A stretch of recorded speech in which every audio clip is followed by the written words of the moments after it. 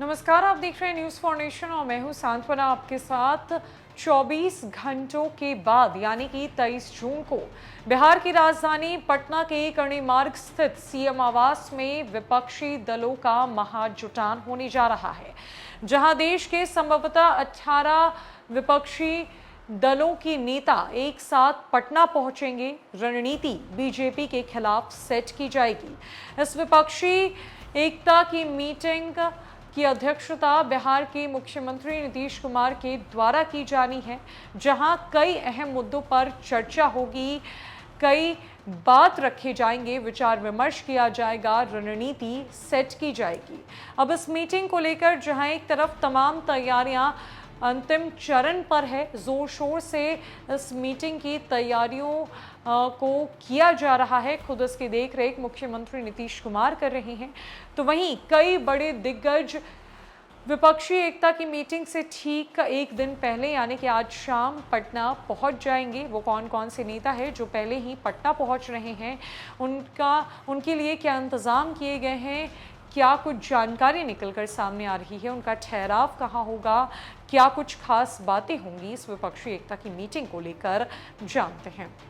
दरअसल 2024 के लोकसभा चुनाव से लगभग 9 से 10 महीने पहले प्रधानमंत्री नरेंद्र मोदी और भाजपा के विरोधी विपक्षी दलों का एक दिन बाद पटना में पहला जमावड़ा लगने वाला है। विपक्षी एकता की पहली बैठक की मेजबानी बिहार के मुख्यमंत्री और जदयू के वरिष्ठ नेता नीतीश कुमार कर रहे हैं।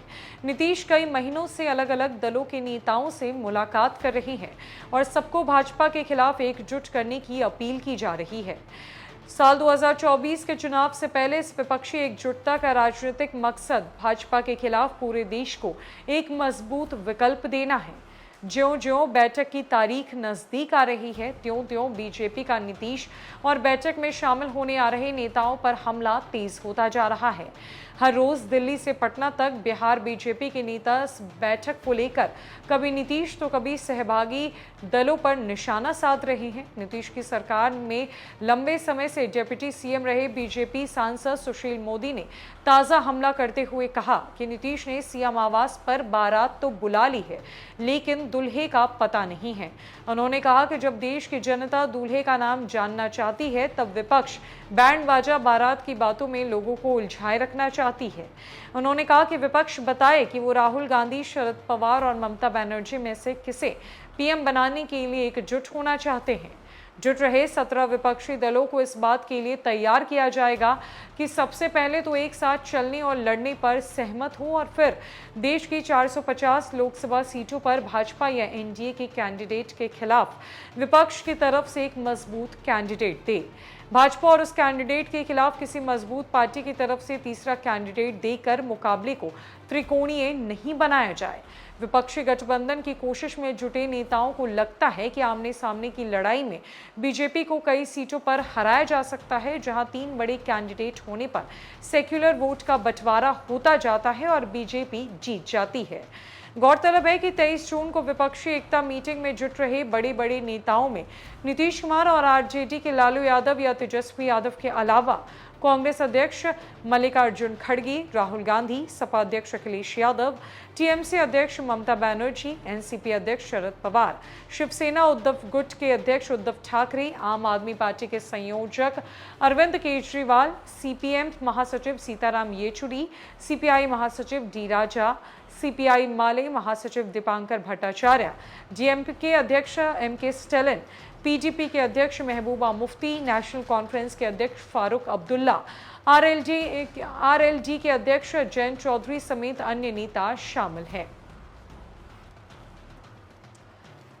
18 विपक्षी दलों की संभवतः शिरकत होगी विपक्षी एकता की मीटिंग में, जहां आज कुछ नेता पटना पहुंच रहे हैं। ममता बनर्जी और अरविंद केजरीवाल के बारे में बताया जा रहा है कि वो आज शाम ही पटना पहुंच जाएंगे, जहां कल यानी कि 23 जून को सुबह 11:30 बजे से विपक्षी एकता की बड़ी और सबसे पहली मीटिंग सीएम आवास में शुरू होगी, जो लगभग शाम 4 बजे तक चलेगी।